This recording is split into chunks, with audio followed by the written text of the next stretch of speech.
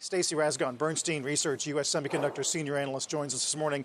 Has an outperform on the stock and a price target of 700. Stacy, it's great to see you.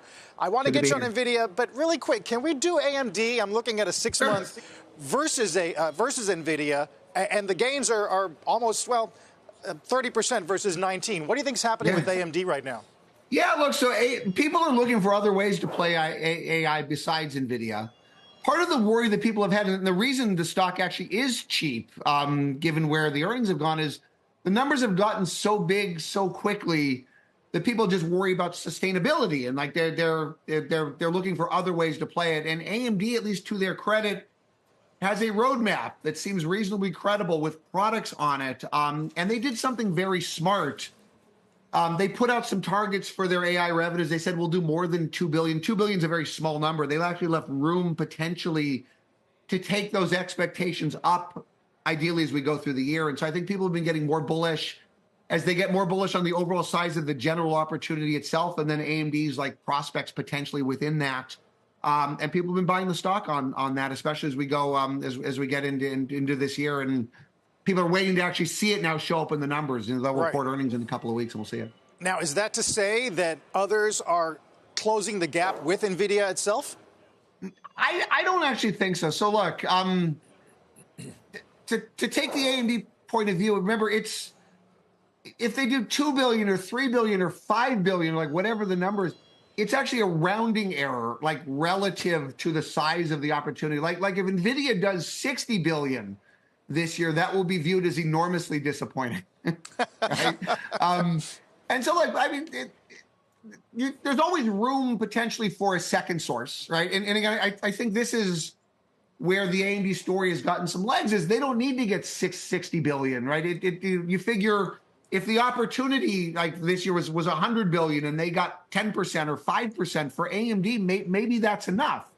Now, we could have a longer conversation on the rest of AMD's business. I actually do worry a little bit that the rest of the business, that expectations may be too high, but that was true all last year as well. And again, the AI kind of narrative sort of papered over all of that. And as people can continue to get excited about that opportunity for them, and if they can keep to take those expectations up on the AI, maybe people look past like any potential issues in the rest of the business. That's clearly what's been happening over the last several quarters for them anyways. In terms of your price target of $700 for Nvidia, that stock tripled last year. Your price target implies about a 24% upside, 23% based on today's levels.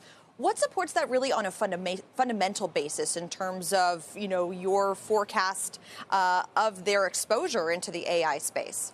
Well, remember, AI is almost all of their revenues, right? Like data center for Nvidia's ballpark 80% of their revenues now, almost nothing, like nothing else at Nvidia, gaming or auto.